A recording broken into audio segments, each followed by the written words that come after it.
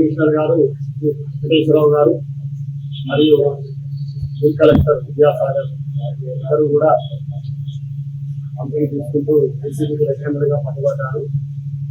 బాలాసాహెబ్ రాజేశ్యాం అనే బాధితుడు 2022లో పర్మిషన్ తీసుకుని 2 అంతస్తుల బిల్డింగ్ నిర్మించుకున్నాడు.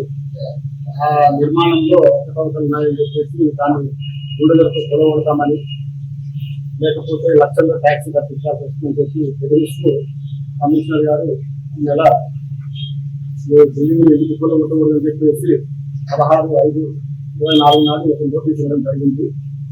అది నోటీస్ ప్రకారం ఇల్లు కొలగొట్టకుండా లక్షల్లో ట్యాక్స్ వేయకుండా ఉండడానికి గాను 30,000 రూపాయలు వెంటనే కమిషనర్ గారు విద్యాసాగర్ కలెక్టర్ గారితో అభిప్రాయం జరిగింది. బాధితులు 18వ తారీఖు నాడు కమిషనర్ గారిని కలిసి 14 కూడా అవి అంతం పైసలు అదే తక్కువ 30,000 ఇవ్వాల్సిందే, పైసలు మీరు సోమవారం తెచ్చేసి నేను మంగళవారం ఇవ్వలేదని చెప్పారు. ఆయన పైసలు అందకపోవడం వల్ల సోమవారం మాకు ఫిర్యాదు చేయలేదు. తర్వాత ఈరోజు పైసలు జిల్లా కలెక్టర్ గారిని రెగ్యులర్గా పట్టుకోవడం జరిగింది.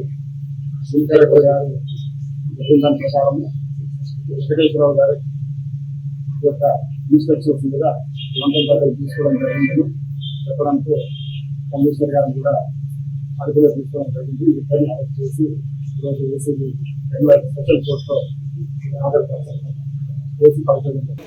परमिशन 2022 में परमिशन लेने के बाद भी टैक्स क्लियर करने के बाद भी उन्होंने बिल्डिंग का परमिशन नहीं है बोल के नोटिस भी जारी या तो गिरा दे दूँ या तो आके पैसे दे दो। कितना पूछा था? 30,000 रुपये ना कि 30,000 रुपये दे सबसे बात करें सबसे बड़ा एसीबी के पास गए वो एसीबी से बात जाए एसीबी को मिल के एसीबी के